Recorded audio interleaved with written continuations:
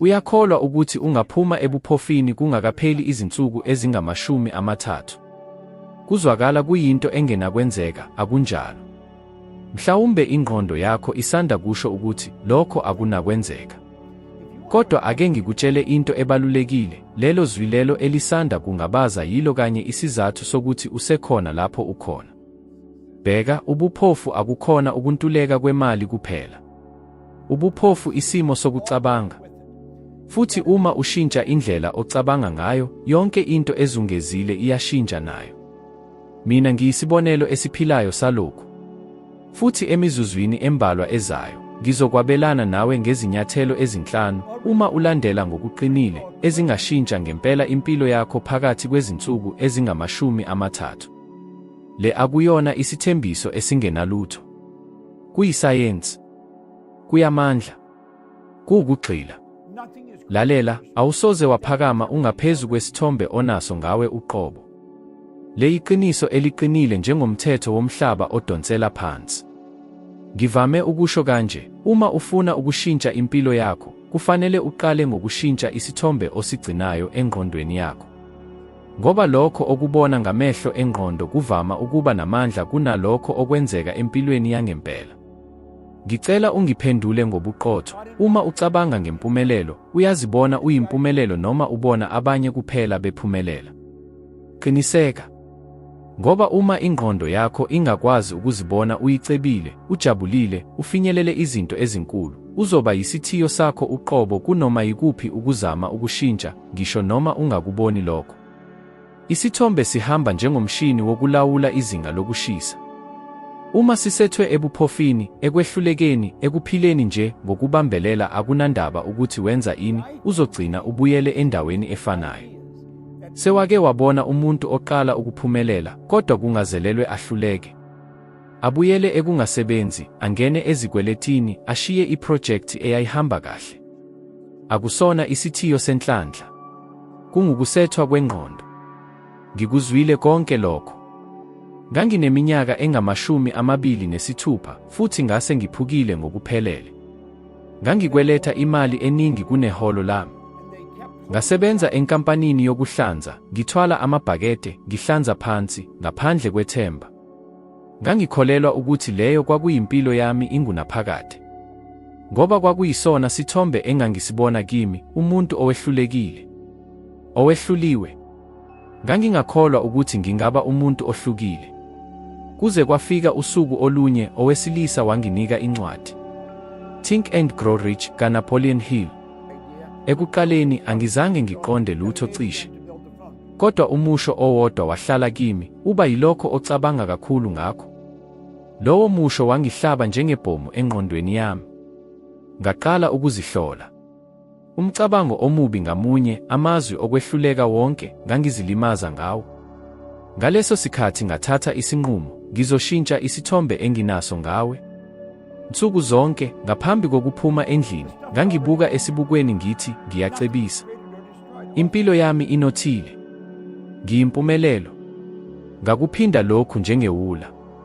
Futhi uyazi, ekuqaleni ngangizizwa ngiyisiphukuphuku. Ngoba kwakungamanga. Angizange ngibe yilokho. Kodwa into ethusayo yaqala ukwenzeka ngokuhamba kwesikhathi, umzimba wami waqala ukukholwa. Ukuma kwami kwashintsha. Izwi lami lashintsha. Futhi nomhlaba waqala ukuphendula ngokwehlukile. Uyazi kungani? Ngoba awuhehi lokho okufunayo, uheha lokho okuyikho. Uma ufuna ukuba yisicebi, kufanele uqale ube lowo muntu ngaphakathi engqondweni yakho. Futhi nakho okunye, ucwaningo olwenziwe eNyuvesi yaseStanford lwabonisa ukuthi abantu abacabanga ngemigomo yabo ngokucacile, bexhumanisa nemizwa futhi bephindaphinda, banamathuba angama-42 ekhulwini okufeza lawo magwalo. Lokho kuyisayensi, akuyona imilingo. Uma ushintsha isithombe osinaso ngawe, ubuchopho bakho buqala ukufuna amathuba, uxhumano, nezixazululo, ebezilokhu zikhona, kodwa ubungaziboni. Ngoba ingqondo yakho yayimpumputhe. Ngitshele sewake wanqaba ukuzama okuthile ngoba uzwe unganele? Wake wazizwa umncane uma ubona omunye ephumelela? Wake wathandabuza ukuthi uzoba nokuphila okunothile. Ngendlela, incwadi eyashintsha impilo yami ngaleso sikhathi yayibiza cishe R500 aseNingizimu Afrika, okusho imali engama500 aseNingizimu Afrika ebhalwe ngamagama. Le mali incane kodwa umphumela wayo wawukhulu kakhulu. Lokhu kubonisa ukuthi ukuguquka akudingi ingcebo enkulu, kudinga isinqumo esiqotho nesithombe esisha osizungeza ngakho kuwe uqobo, ngaphakathi enhliziyweni yakho. Uma impendulo yakho ingu yebo, kusho ukuthi usasele unamathele esithombeni sakudala ngawe. Futhi leso sithombe kudingeka usiqhekeze manje, hayi kusasa.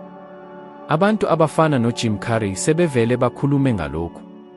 Ngaphambi kokuba adume, wabhala isheke elimele uqobo lwakhe, elalingaba cishe izigidi eziyishumi zamarandi aseNingizimu Afrika. Wabe eselibeka usuku oluwuhambo lweminyaka emi5. Usuku nosuku wayephethe leli sheke ephaketheni lakhe. Uyazi ukuthi kwenzekani? Kungakapheli leyo minyaka emi5, wasayina inkontileka cishe ngale mali efanayo. Ingabe kwakungahle? Cha. Kwakuhambisana kwengqondo nomhlaba wangempela. Manje ake ungilalele ngenhliziyo evulekile, awulona iphutha ukuthi ulapha. Uma le video ifinyelele kuwe, kusho ukuthi kukhona okuthile okujulile kuwe okufuna ushintsho. Futhi umnyango wokuqala okudingeka uwuvule ngumqondo wakho. Ngakho-ke ngifuna ukuphonsa inselelo. Kodwa le nselelo ayinikezelwe wonke umuntu, inikezelwe kulabo abafuna ngempela ukuphuma ebuphofini bokucabanga, imizwa kanye nezezimali. Ezinsukwini ezingama30 ezizayo, njalo ekuseni lapho uvuka, bheka iso lakho esibukweni bese uthi ngezwi eliqinile, ngicebile. Ngigcwele inala. Ngifanele ingcebo. Phinda lokhu imizuzu emibili. Ngisho noma ungakakukholwa. Ngisho noma kubonakala kuyinto ehlekisayo. Futhi njalo ebusuku, ngaphambi kokulala, cabanga ngokuphila kwakho okuphelele, sengathi sekukwenzeka kwangempela. Neminingwane egcwele. Uhlala kuphi? Ugqoke ini? Uzizwa kanjani? Yenza lokhu. Hayi namuhla kuphela. Yonke imihla. Uma uyaligcina leli themba ngezinhliziyo ezinzima emuva kwezinsuku ezingama30 ngeke usakwazi ukuzazi. Ubumpofu abuhlali ebhange lakho. Buhlala ngaphakathi esithombeni oziphethe ngaso. Futhi uma ushintsha leso sithombe mngani wami ushintsha konke. Kungase kuzwakale kuyinqaba kodwa imali iyazizwa amandla akho. Iyabona uma uyigwema, uma uyoyesaba, noma uma uyibona njengojaba. Futhi uyazi kwenzekani. Iyazikhipha kuwe. Ngoba akukho muntu ofuna ukuhlala endaweni angamukelekile kuyo, nemali iyafana. Manje ake sikhulume iqiniso, uzizwa kanjani uma ubona umuntu ophumelelayo edlula ngemoto ebizayo? Ingabe uzizwa ngokumangala noma kancane unomona, ungakhululeki noma mhlawumbe ulaka? Uthi ngiyamhalalisela noma ucabanga ukuthi ngabe ukhohlisile, utshele amanga noma wenze into embi? Le mizwa iveza ukuthi yini egcinwe emqondweni wakho ongaphansi. Futhi lowo mqondo ongaphansi uwona owakha noma owonakalisayo iqiniso lakho lezezimali. Cabanga kahle, abantu abaningi bakhuliswa ngokufundiswa ukuthi imali iyinto embi. Sikhule sizwa izinto ezifana imali ayilethi injabulo, abacebile bayanyathela abanye, uma unemali eningi, unenkinga eziningi. Akukwazi ukuba akuvamile kuwe, akunjalo. Ngike ngahlangana nowesifazane eminyakeni embalwa edlule emcimbini owawuseTexas. Wayenguthisha, ehola kancane, njalo emuva ngezikweletu. Kodwa okwangithinta kakhulu kwaba amazwi akhe ekupheleni kwenkulumo. Ngezinyembezi emehlweni akhe, wathi, "Bob, ngiqonda manje ukuthi impilo yami yezezimali ibingumfanekiso walokho umama ayelokhu engitshela khona, ukuthi imali iyimpande yonke yobubi."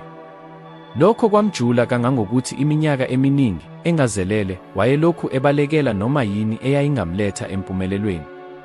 Kusukela ngalowo mzuzu, wathatha isinqumo. Waqala ukushintsha indlela akhuluma ngayo ngemali. Wavumela yena uqobo ukuthi amukele. Wasungula umkhiqizo wezimonyo zemvelo, futhi kungakapheli iminyaka emibili, wayesezitholela ngonyaka imali engaphezu kwezigidi eziyi-12 zamarandi. Lokhu bekungelona ilingo. Kwakuwukuguquka kwamandla. Ukushintsha kwengqondo. Kufanele uqonde lokhu, imali ayiguquli ukuthi ungubani. Iveza kakhulu lokho osukhona kakade. Uma umuhle, unomusa, unokuqonda, imali iyokwenza ube ngisho nomusa nangaphezulu. Kodwa uma wesaba ukuthi uzoba umuntu omubi uma usucebile, khona-ke inkinga ayikho emalini, kodwa isekutheni awuzethembi. Ngokusho kocwaningo olwenziwa yi-Pew Research, cishe amaphesenti angama-62 abantu banobudlelwano obungekuhle ngokomzwelo nemali. Lokhu kuhlanganisa imizwa yokuzizwa unecala, ukukhathazeka, ukwesaba, ukwahlulela noma ukuhlulelwa. Manje cabanga nje, ungayiheha kanjani into oyihlobanisa nobuhlungu? Uyazi kwenzekani? Uqala ukuzilimaza wena uqobo.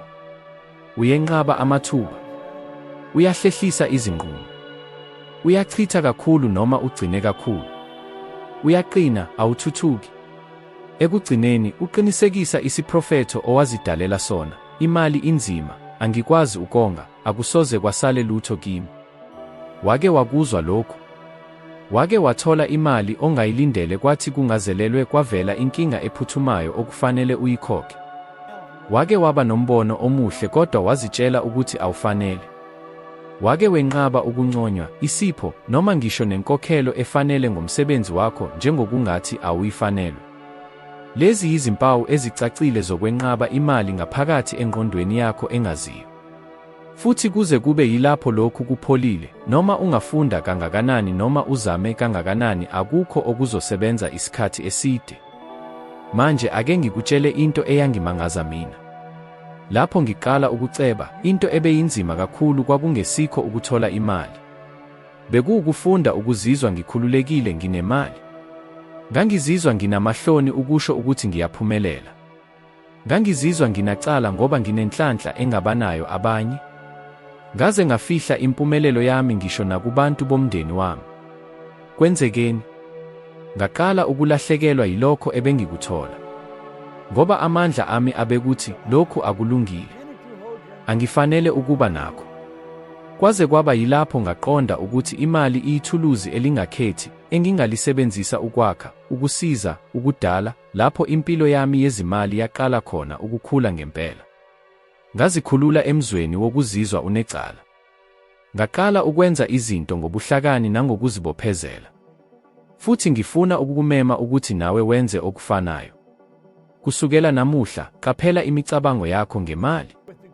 Njalo lapho kuvela amazwi angathokozisi, imizwa yokunganeliseki noma ukuzisola yima. Buza ukuthi kungani ucabanga kanjalo. Faka esikhundleni amazwi afana nokuthi imali ingumngane wami. Iyeza kimi kalula. Ngiyisebenzisa ukwenza okuhle. Nansi imikhuba elula kodwa enamandla, ezinsukwini eziyisikhombisa ezizayo. Njalo uma ubamba iphepha lemali noma ikhadi, yibambe imizuzwana embalwa uthi kancane, ngiyabonga. Wamukelekile empilweni yami. Kungase kubonakale kuyinto engasizi ngalutho. Mhlawumbe. Kodwa kuzama. Lokhu kushintsha indlela umqondo nomzimba wakho okubheka ngayo imali. Futhi lapho lobu budlelwano bushintsha, konke kuyashintsha. Awuzalelwanga ukuthi uphile ukwesaba izikweletu. Awuzalelwanga ukuthi usinde nje. Wazalelwa ukuba uchume.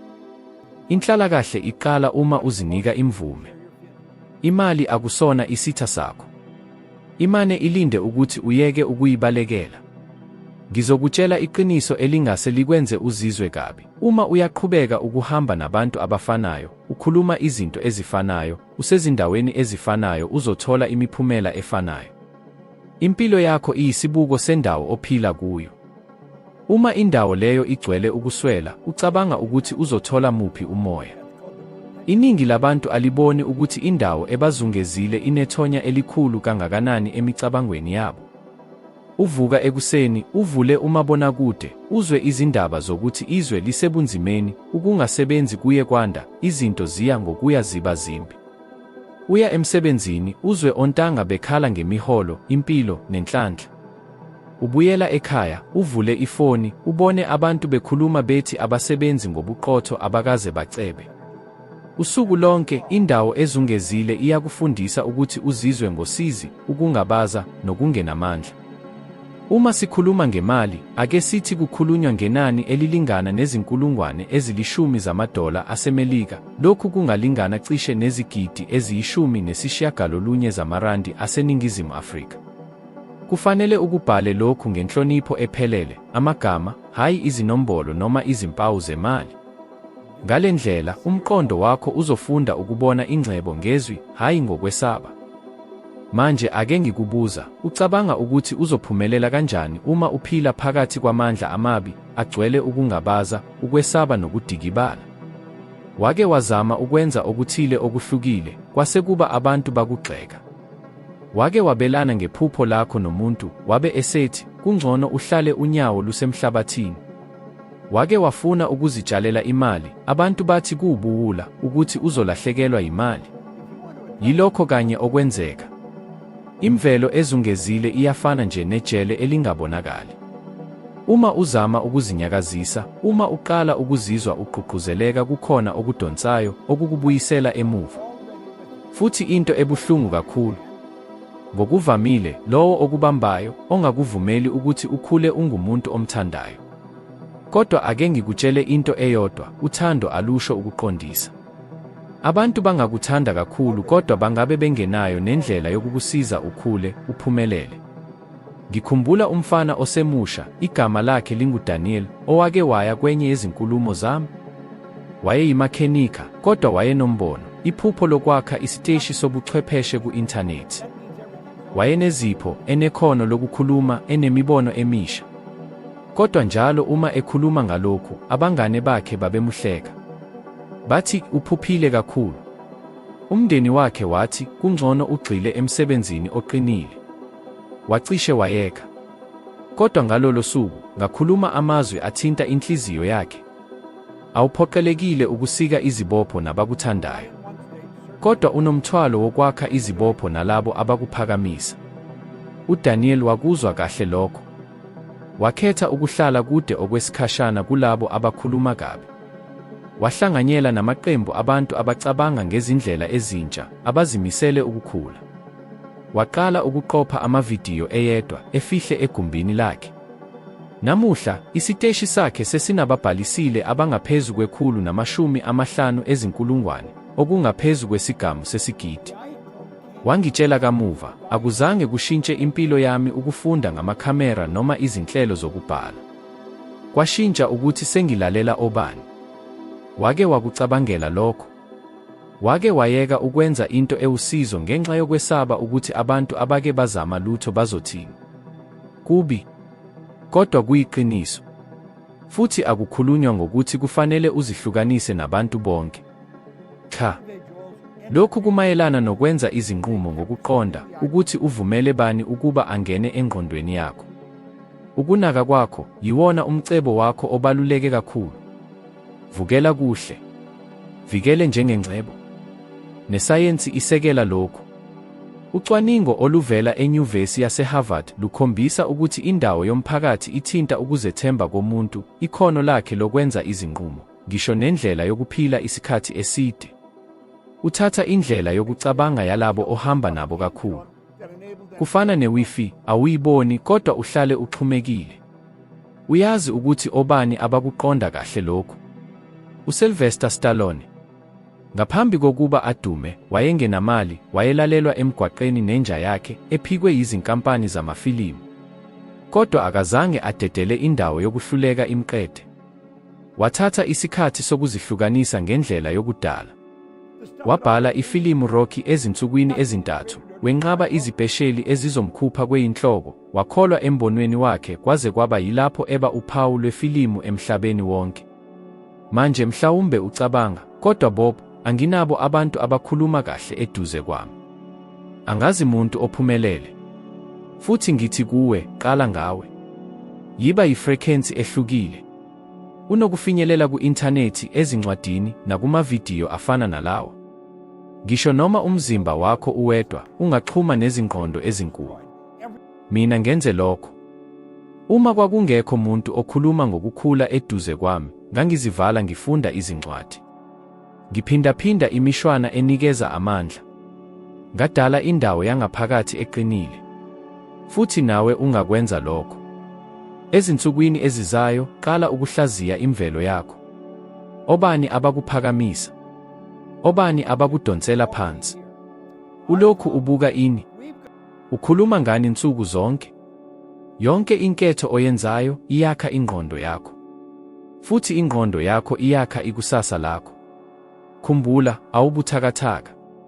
Inothi, uma sithatha ukuthi isiteshi se-YouTube sithola imali engaba ngamadola $3,000 eMelika ngenyanga, lokho kucishe kube $5,500 zamarandi aseNingizimu Afrika ngenyanga, okusho imali engaba $690 ngonyaka. Awubuthakathaka. Umane uzungezwe iziphazamiso ezenza ukhohlwe ngamandla akho wangempela. Shintsha indawo okuyo futhi leyo ndawo izoqala ukukushintsha nawe. Ngiyakwazi ukukubuza umbuzo owodwa. Wake wezwa lo musho othi, ziphatha sengathi usunakho, noma ungazi ukuthi kuzokwenzeka kanjani? Lokho kungase kubonakale kuphambene nengqondo evamile, kodwa lalela kahle. Uma ufuna ukuphuma ebuphofini, kufanele uqale ukuziphatha njengomuntu osevele ephumile.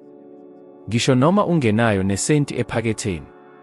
Ngisho noma ungazi ukuthi uzoqala kuphi. Ngisho noma unesaba. Ngoba isenzo yiso esishintsha amandla. Isinqumo yiso esiqala ukunyakaza.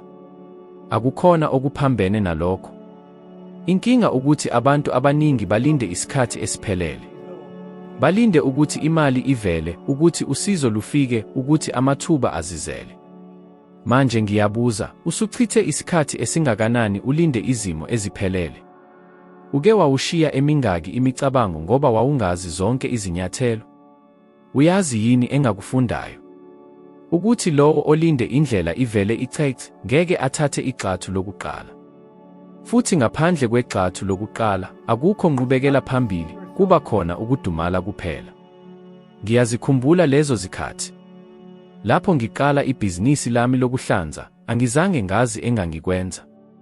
Angizange ngazi amasu, angizange ngibe nabasebenzi, angizange ngibe nohlelo. Engangikwazi nje ukuthi angisafuni ukuphila ngendlela engangiphila ngayo. Ngakho ngathatha isinqumo. Ngabhala amakhadi amancane ebhizinisi, ngathenga izinto ezilula, ngaqala ukungqongqoza iminyango. Ngazwakala icha nsuku zonke. Abanye babehleka ubuso obami. Kwakukhona usuku lapho owesifazane omdala angixosha ngomsindo egcekeni lakhe. Ngabuyela ekhaya ngalo lolo suku namehlo egcwele izinyembezi. Kodwa ngakusasa ngaphinde ngayophusha. Futhi ngakusasa futhi. Ngaphinde. Futhi uyazi kwenzekeni. Akuthathanga sikhathi eside, ngahola imali eningi kunezokwelapha nabameli. Ngoba ngenza isenzo. Ngisho noma bengingazi ukuthi kanjani. Ngisho noma bengingakulungiseleli konke.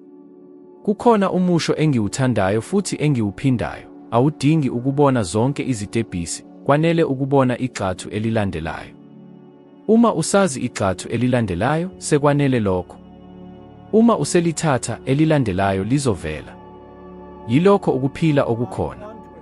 Kupha umvuzo kulabo abanesibindi sokunyakaza. Iyathakazelisa into eyenzeka eNyuvesi yaseColumbia. Ucwaningo lwabo lwathola ukuthi abantu abenza izinqumo ezisheshayo, ngisho noma bengenazo zonke izinkcukacha, banamathuba aphezulu okuphumelela esikhathini eside kunalabo abalinde ukuqinisekisa ngokuphelele. Kungani? Ngoba laba abasebenzayo bafunda ngokushesha. Bayalungisa ngokushesha. Bayakhula ngokushesha. Impilo ithanda ukunyakaza. Manje ngicela uphendule ngobuqotho. Ingabe unombono okhona kuwe izinyanga noma iminyaka, kodwa ulokhu ulindile isikhathi esifanele? Uyakuzwa yini ukuthi kukhona into efuna ukuphuma kuwe, kodwa ulokhu uyiphusha? Ubalindelani? Ucabanga ukuthi labo abaqale behlezi phezulu, baqale sebephelele? Cha. Abantu abakhulu baqala bebancane kodwa banezingqondo ezinkulu njengezintaba. Ake sithathe isibonelo, uJK. Rowling, umbhali wochungechunge luka Harry Potter. Wabhala izincwadi ekhofini, engasebenzi, engumama ongayedwa, engenayo imali. Waphikwa izikhathi eziningi izinkampani zokushicilela. Kodwa wayelokhu esebenza. Nsuku zonke. Wayebhala njengomuntu osevele ephumelele. Wayeziphatha kanjalo. Namuhla ungusozigidi. Hayi ngoba enenhlanhla, kodwa ngoba waqala ukwenza, ngisho engazi ukuthi uzokwenza kanjani.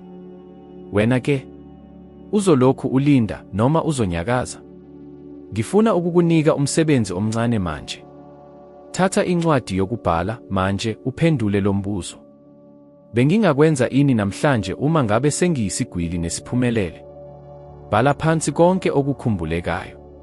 Futhi mayelana nomholo okukhulunywe ngawo, ukuthi lowo muntu wayehola imali eningi kunabodokotela nabameli eNingizimu Afrika. Lokhu kulingana neminyaka engenani $800,000, izigidi eziyishumi zamakhulu ezinkulungwane zamakhilogramu eziyikhulu, okungaphezu kuka $150,000 ngenyanga. Le yimali ephakeme kakhulu ekhombisa impumelelo enkulu yezezimali. Ukuqala endleleni ozigqoka ngayo, kubantu okhuluma nabo, kulokho okwabelana ngakho ezinkundleni zokuxhumana, endleleni onakekela ngayo impilo yakho, nangendlela oqala ngayo usuku lwakho, konke lokho kubalulekile. Kodwa okubaluleke kakhulu yilokhu, khetha into eyodwa phakathi kwalokho konke bese uyenza namuhla. Akunandaba nokuthi incane kangakanani. Kungaba ukuvuka imizuzu enga-30 kusenesikhathi, okulingana cishe $30 aseNingizimu Afrika, okubhalwe ngamagama, $30. Kungaba ukukhuluma ngokuzethemba okukhulu. Kungaba ukuphumela obala noma ukuyeka ukukhononda. Kodwa yenza into eyodwa emele le nguqulo entsha yakho. Ngoba uma uqala ukuziphatha njengomuntu osefike lapho aya khona, uqala ukudlidliza kumazinga afanele. Futhi impilo iqala ukukhombisa izimpawu zokuthi usendleleni efanele. Ekuqaleni kube okuncane bese kuba kukhulu. Lokho akugwemeki. Awudingi imvume. Awudingi isiqinisekiso. Okudingayo kuphela yisinqumo. Futhi uma wenza isinqumo manje konke kuyashintsha. Ngoba uma ingqondo isinqumile, umhlaba wonke uyaqala ukuhambisana nawe. Njalo njalo. Abantu abaningi abakuboni ukubaluleka kwalokhu, kodwa ngiyakuqinisekisa, ukubonga kuyindlela esheshayo eya enothweni. Kungase kubonakale kuyinto elula kakhulu, noma okunye kubonakala kuyinto yokomoya kakhulu kwabanye, kodwa uma ukuqonda kahle, ukubonga kungaba yinto eshesha kakhulu ekukhuleni kwenhlalakahle yakho. Futhi uma ngikhuluma ngokubonga, angibhekiseli kulokho ukuthi ngiyabonga uma othile ekuvulela umnyango. Ngikhuluma ngokuphila esimweni sokubonga.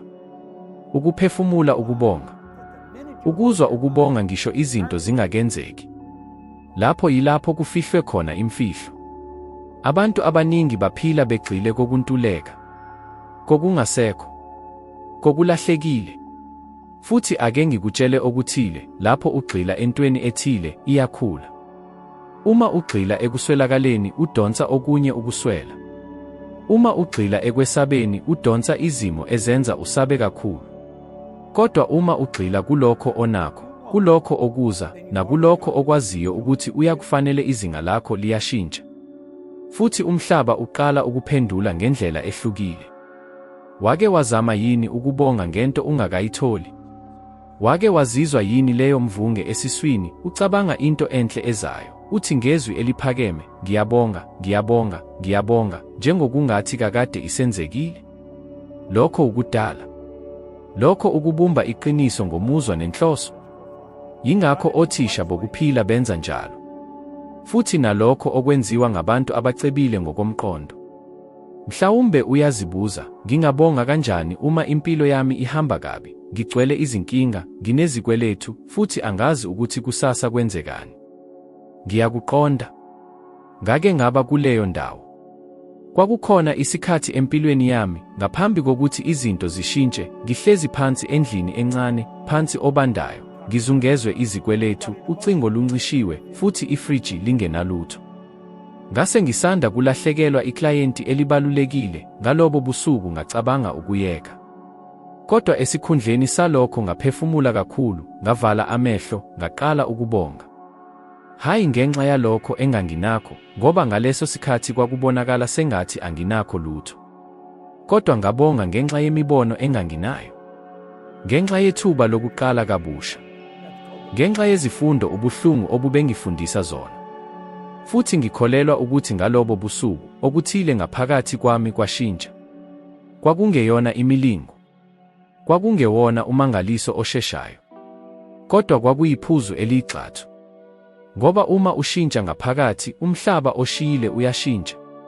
Njalo. Futhi lokhu akusona nje isisho esihle. Isayensi seyivele yaqinisekisa lokhu. Ucwaningo olwenziwe eNyuvesi yaseCalifornia eBerkeley lukhombisile ukuthi abantu abenza ukubonga njalo banempilo engcono ngokomzimba, ukuzinza okukhulu ngokomzwelo, balala kangcono, futhi, kholwa, benza izinqumo ezinhle zezezimali. Ukubonga kuthinta ngqo izindawo zobuchopho ezilawula ugqozi, ukugxila kanye nesenzo. Lokhu akusona isimo sokomoya esingaxhumene neqiniso, le isayensi ye-neuroscience. Ake ngikutshele ngenye ingxenye yale ndaba. UMC Hammer, omunye wamarapha abebehola imali eningi kakhulu ngeminyaka yama-1980, wake waba nengcebo eyayidlula izigidi ezine zamarandi aseNingizimu Afrika. Wayehlala ezindlini ezinkulu, enezimoto ezibizayo, ehlala ehlela imicimbi yokunethezeka kodwa akakaze afunde ukubonga. Wayesiphila impilo yobunotha, engenalwazi, engenanhlonipho noma ukubaluleka kokuthi unakho. Konke ayekuthola, wayekuchitha ngaphandle kokucabanga. Kwenzeka ini? Washoda, walahlekelwa yikho konke. Ngoba into engafakwanga ukubonga, ayihlali. Ifana namanzi aphuma phakathi kwezithupha zakho. Wake wazithola usakhala ngekhaya lakho, umsebenzi wakho, umzimba wakho, impilo yakho.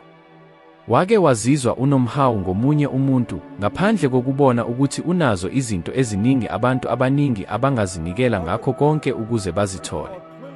Leyo ndlela yokucabanga ivala iminyango. Kodwa uma uqala ukubonga ngisho nangezinto ezincane, inkomishi yamanzi, uphahla olusekhanda lakho, umzimba okuthwala nsuku zonke, uvula indawo yokuthola okuningi. Nokuningi. Nokuningi. Ngifuna ukunikeza umkhuba olula. Kodwa kufanele uthathe lokhu ngokungathi sina. Ezinsukwini ezingama-30 ezizayo, njalo ebusuku ngaphambi kokulala, bhala izinto ezinhlanu ozibonga ngazo. Kodwa bhala ngendlela ehlukile. Bhala sengathi konke okufisayo sekwenzekile. Isibonelo. Ngiyabonga ngekhaya lami elihle engihlala kulo.